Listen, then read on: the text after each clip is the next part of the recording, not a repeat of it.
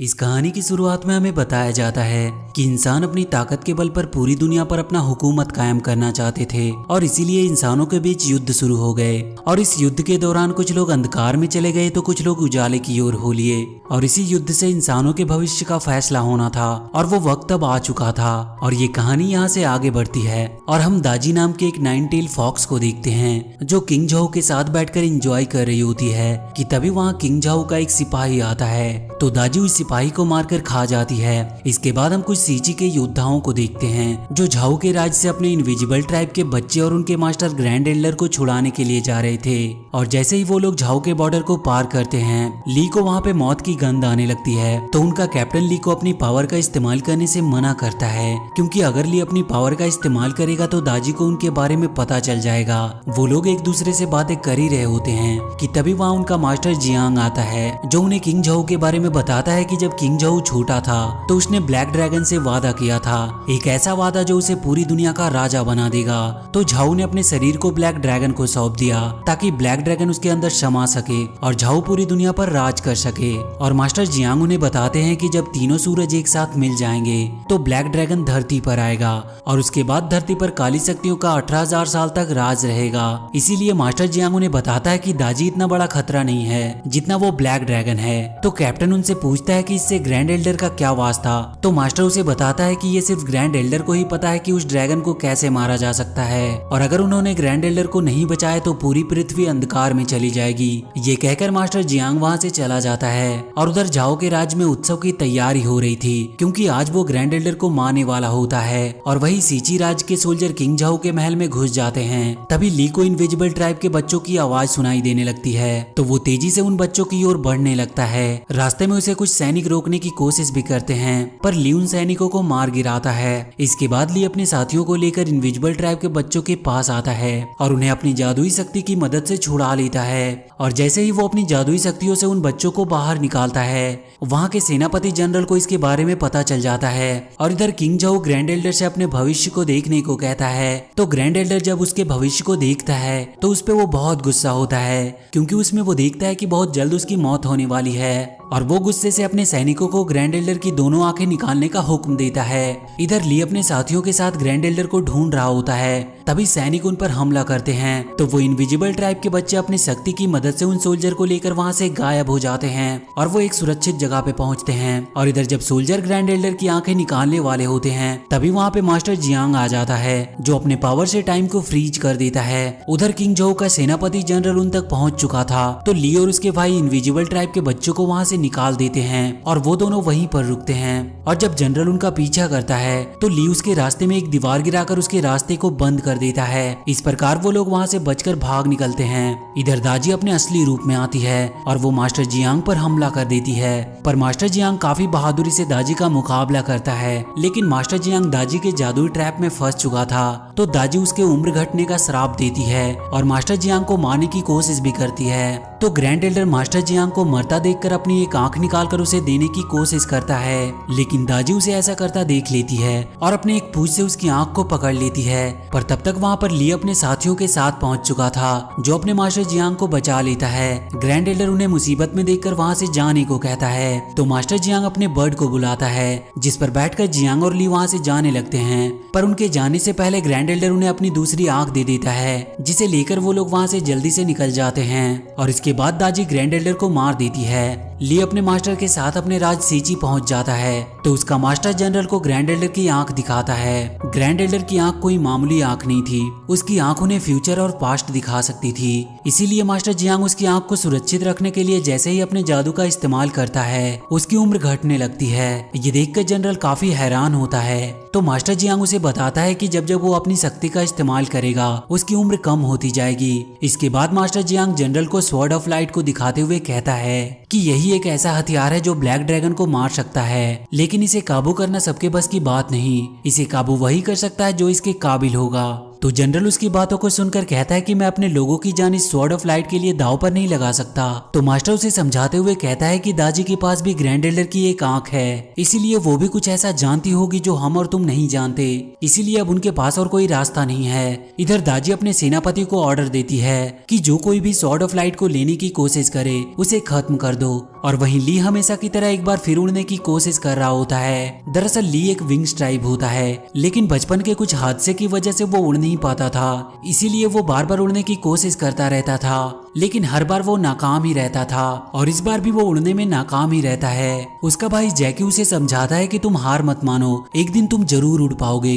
इसके बाद हम देखते हैं कि मास्टर जियांग ली को स्वॉर्ड ऑफ लाइट का नक्शा देता है उसे लेकर आने के लिए, और उसके सफर के लिए एक साथी और कुछ जरूरत का सामान भी देता है। ये सब सामान लेकर ली स्वॉर्ड ऑफ लाइट की तलाश में निकल पड़ता है। इधर दाजी का सेनापति जनरल एक पुतला बनाता है और उसे ली को ढूंढने के लिए भेजता है। दरअसल वो पुतला एक लड़की होती है और उस पर उसका कंट्रोल होता है, और वो जैसा कहता है वो लड़की वैसा ही करती है। इधर ली कई दिन स्वॉर्ड ऑफ लाइट की तलाश में भटकता रहता है, लेकिन उसके हाथ कुछ भी नहीं लगता। तभी उसके मास्टर की दी हुई सामान में से एक पौधा बाहर निकलता है जो उसे स्क्वाड ऑफ लाइट ढूंढने में गाइड करता है। ली उस प्लांट से पूछता है कि उसका साथी अभी नहीं आया, तो वो प्लांट उसे बताता है कि वो जल्दी उसके पास होगा। तभी उसे किसी के रोने की आवाज सुनाई देती है। ये कोई और नहीं बल्कि ली का साथी नाजा होता है। नाजा ली को काफी परेशान करने लगता है, इसीलिए वो दोनों आपस में लड़ने लगते हैं। जब वो दोनों आपस में लड़ रहे होते हैं तभी वहाँ पर एक मॉन्स्टर आ जाता है जो उन पर हमला कर देता है। इस हमले में वो मॉन्स्टर जैसे ही नाजा को खाने वाला होता है, ली उसे अपनी जादुई शक्ति से मार देता है। इसके बाद ली नाजा को एक बैग देता है जो उसके मास्टर जियांग ने उसे दी होती है, और जैसे ही नाजा उस बैग को खोलता है उसमें से एक छोटा सा बेबी ड्रैगन प्रिंस निकलता है। नाजा और उस बेबी में बहस हो जाती है, जिससे नाजा अपने असली रूप में आ जाता है और वो बेहोश हो जाता है। और जब उसकी आंखें खुलती है तो नाजा अपने व्हील्स फायर को ढूंढने की कोशिश करता है, लेकिन वो अपने आप को बंधा हुआ पाता है। तो ली उसे छुड़ाता है और उससे स्क्वाड ऑफ लाइट को ढूंढने में मदद करने के लिए कहता है, लेकिन नाजा ली को इसके लिए मना करके वहां से जाने लगता है। तो ली नाजा से कहता है कि मैं तुम्हें तुम्हारे व्हील्स फायर दिलाऊंगा। ये बात सुनकर नाजा उसकी मदद के लिए तैयार हो जाता है और वो लोग आगे की सफर के लिए निकल पड़ते हैं। ली मास्टर के दिए हुए मैप की मदद से एक अनोखी जगह पे पहुंचता है जहां पर उन्हें एक बूढ़ा सेंट मिलता है जिसका वहां की रीत पर पूरा कंट्रोल होता है, और वो वहां की रीत से एक जादुई चीज निकालता है। नाजा उसे देखकर उसे लेने की कोशिश करता है तो वो सेंट उसे पनिश करने के लिए उस पर हमला कर देता है और वो ली पर भी वार करने लगता है। और इसी फाइट के दौरान वो तीनों एक दूसरी जगह पे शिफ्ट हो जाते हैं जहां वो सेंट अपने असली रूप यंग जियान में आता है, जो दाजी के कर्ज की वजह से सेंट बन गया था। जब यंग जियान अपने असली रूप में आता है तो ली उसे एक बैग देता है जिसे उसे मास्टर जियांग ने दिया था। उस बैग में यंग जियान का डॉगी स्काई हॉलर होता है। अपने डॉगी को लेकर यंग जियान अपने गोल्ड आर्मर को लेने वहां से चला जाता है। इसके बाद ली एक बार फिर से उस मैप को निकालता है जिसमें उसे पोर्ट ऑफ बोट दिखाई देता है। तो वो लोग पोर्ट ऑफ बोट की तलाश में निकल पड़ते हैं। रास्ते में ली को एक कबीले में एक लड़की दिखाई देती है जिसका नाम स्काई ब्लू था, जो ली को काफी पसंद आती है। और जैसे ही ली स्काई ब्लू के पास जाता है उसकी सारी यादें स्काई ब्लू कैच कर लेती है। स्काई ब्लू कोई और नहीं बल्कि वही इंसानी पुतला होती है जिसे दाजी के सेनापति जनरल ने बनाया था। और स्काई ब्लू के जरिए जनरल को ली के बारे में सब कुछ पता चल जाता है। ली लेडी तई के पास जाता है जिसके पास पोर्ट ऑफ बोट होता है। जब ली उसके पास जाता है तो उसकी यादों में खोने लगता है, लेकिन वो पौधा उसे बचा लेता है। और जब ली देखता है कि लेडी तई गहरी नींद में चली गई है तो प्लांट इस मौके का फायदा उठाकर पोर्ट ऑफ बोट लेकर भागने की कोशिश करता है, लेकिन तभी लेडी तई जाग जाती है जिसकी वजह से लेडी तई और ली के बीच में फाइट होने लगती है। तभी वहां पर ब्लू स्काई भी आ जाती है तो वो तीनों पोर्ट ऑफ बोट लेकर वहां से भागने लगते हैं और वो उस पोर्ट ऑफ बोट की मदद से वो लोग समुद्री रास्ते से वहां से निकल जाते हैं। इसी सफर के दौरान ब्लू स्काई उन लोगों से स्वॉर्ड ऑफ लाइट के बारे में पूछ लेती है तो उनको उस पर शक हो जाता है और इसीलिए नाजा ब्लू स्काई को मारने की कोशिश भी करता है, लेकिन छोटा बेबी एक बार फिर उस पर गैस रिसाव कर देता है जिसकी वजह से नाजा छोटा होकर बेहोश हो जाता है। वहीं दाजी का जनरल ब्लू स्काई की यादें मिटा देता है जिसकी वजह से वो बेहोश हो जाती है। तो ली उसे अपनी जादुई शक्ति से उसकी मदद करता है क्योंकि कहीं ना कहीं ब्लू स्काई को वो चाहने लगा था। पोर्ट ऑफ बोट अगले दिन मोरलाप पैलेस पहुंच जाता है क्योंकि वो बोट उस छोटी बेबी ड्रैगन प्रिंस के मुताबिक चल रही थी। और जब ड्रैगन प्रिंस के घर लौटने की बात उसके पिता को पता चलती है तो वो एक मॉन्स्टर ऑक्टोपस को ड्रैगन प्रिंस को लाने के लिए भेजता है। घर जाने की खुशी में बेबी ड्रैगन प्रिंस गाना गाने लगता है, जिसकी वजह से नाजा को होश आता है और नाजा बेबी ड्रैगन के साथ उसके मोरलाप पैलेस पहुंच जाता है। क्योंकि उस ड्रैगन प्रिंस के डैड के पास नाजा का विल्स फायर होता है, इसीलिए वो वहां बहुत तबाही मचाता है और अपने विल्स फायर के बदले वो बेबी ड्रैगन को उन्हें वापस लौटा देता है। और जैसे ही नाजा अपने विल्स फायर को पाता है वो अपने असली रूप में आ जाता है और वो उसे लेकर वहां से निकल जाता है। इधर ली स्काई ब्लू के साथ एक ऐसी जगह पहुंच चुका था जहां की सभी चीजें टूटी और बिखरी हुई होती है। ली को यह जगह कुछ जानी पहचानी लग रही थी। उसे वहां पे विंग ट्राइब और सोलर बर्ड का निशान दिखाई देता है और अब ली को सब कुछ याद आ जाता है कि ये जगह कोई और नहीं बल्कि ली का अपना घर फ्लोटिंग सिटी होता है। ली अपने घर आकर बहुत खुश होता है और वो स्काई ब्लू को बताता है कि जब वो 6 साल का था तो किसी ने फ्लोटिंग सिटी पर हमला कर दिया था, जिस घटना के बाद वो विंग ट्राइब होने के बावजूद भी कभी उड़ नहीं पाया। स्काई ब्लू उससे कहती है कि उसे विश्वास है कि एक दिन तुम जरूर उड़ पाओगे। इसके बाद ली को स्क्वाड ऑफ लाइट का पता चल जाता है और वो अपने जादुई शक्ति से सोलर बर्ड को ठीक कर देता है। और जैसे ही वो सोलर बर्ड को ठीक करता है उसे स्वॉर्ड ऑफ लाइट दिख जाता है, जिसे देखकर वो दोनों काफी खुश होते हैं। तभी दाजी का सेनापति वहां पर सैनिकों के साथ आ जाता है और इसके बाद ली और उन सैनिकों के बीच फाइट होने लगती है। लेकिन वो सेनापति ली को अपना बंदी बना लेता है और अपने सैनिकों को स्वॉर्ड ऑफ लाइट लेने के लिए भेजता है। और जैसे ही उसके आदमी स्वॉर्ड ऑफ लाइट को लेने की कोशिश करते हैं वो जलकर राख हो जाते हैं। तो ब्लू स्काई उस स्वॉर्ड ऑफ लाइट को वहां से निकालती है ताकि वो उसके बदले ली को छुड़ा सके।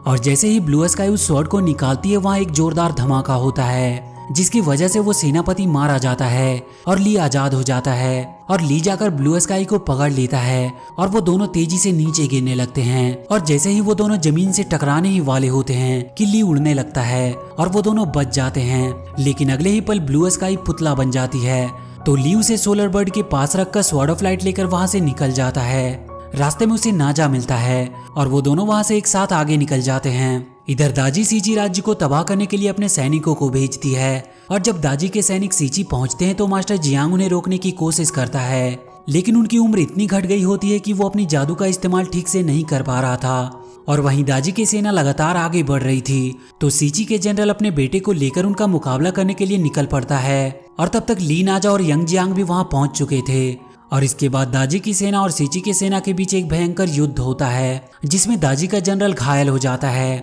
तो दाजी उसे एक विशाल मॉन्स्टर में बदल देती है। वहीं मास्टर जियांग लगातार छोटे होते जा रहे थे और उनकी उम्र घटने की वजह से उनकी शक्तियां भी खत्म होती जा रही थी। तभी वहां वो मॉन्स्टर आ जाता है जो उन पर हमला कर देता है। वो लोग उनका सामना करते हैं लेकिन वो मॉन्स्टर काफी पावरफुल था और वो लोग उसके सामने टिक नहीं पाते। वहीं मास्टर जियांग अब एक छोटा बच्चा बन चुका था और तभी वहां पर दाजी आती है जो मास्टर जियांग को बंदी बना लेती है। इधर वो मॉन्स्टर सीची के जनरल को मार देता है। जनरल के मौत की वजह से उसका बेटा काफी उदास होता है और वो स्वॉर्ड ऑफ लाइट को लेकर स्प्रिंग ऑफ लाइफ की ओर जाने लगता है। तभी वो देखता है कि तीनों सूरज एक साथ आ गए हैं और ब्लैक ड्रैगन भी अब आने वाला है। तो वो स्वॉर्ड ऑफ लाइट को लेकर स्प्रिंग ऑफ लाइफ में चला जाता है, जिससे स्वॉर्ड ऑफ लाइफ की शक्ति वापस आ जाती है और वो जनरल का बेटा ही असली गोल्ड ड्रैगन होता है जिसे स्वॉर्ड ऑफ लाइफ ने चुना होता है।